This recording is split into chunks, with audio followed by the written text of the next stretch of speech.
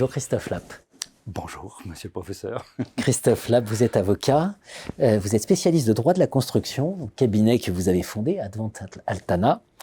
Christophe Lapp, Revue française de gestion, un numéro spécial a été consacré au management face au judiciaire. Il a été coordonné par deux professeurs, Romain Loffer et Yvonne Muller-Lagarde.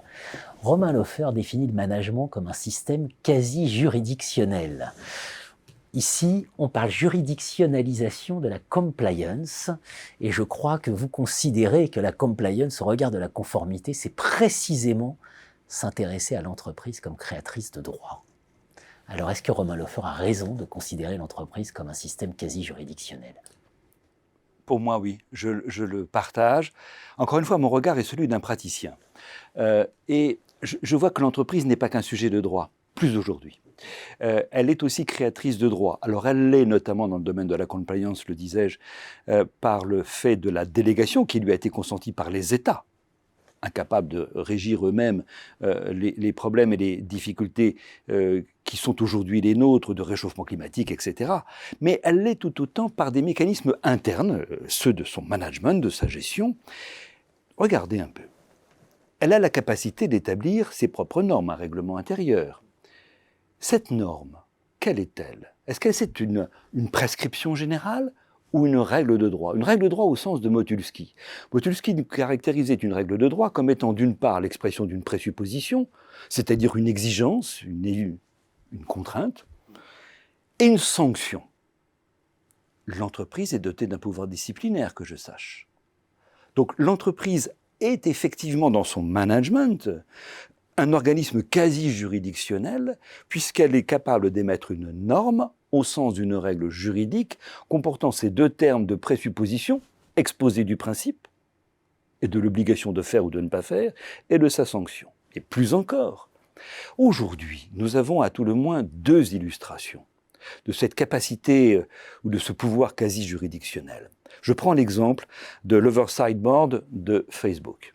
Cette prétendue Cour suprême, qui n'en est pas une, bien évidemment, mais qui néanmoins, l'idée qu'une entreprise, en se dotant par le recours à des tiers neutres, mais à qui elle va déléguer un pouvoir, non pas normatif, mais un pouvoir d'émettre une sanction, une interdiction, une autorisation de faire ou de ne pas faire. La voici, non plus comme simplement émetteur de droit, créateur de droit, mais comme sanctionnateur du droit. C'est un organe quasi-juridictionnel.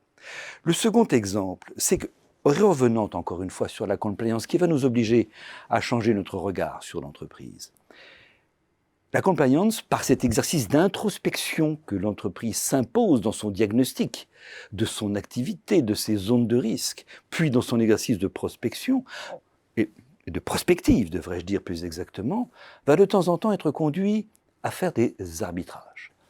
Y aller, ne pas y aller, sur tel marché, dans tel pays. Ces arbitrages, aujourd'hui, elle envisage de les confier également à une sorte d'arbitrage interne.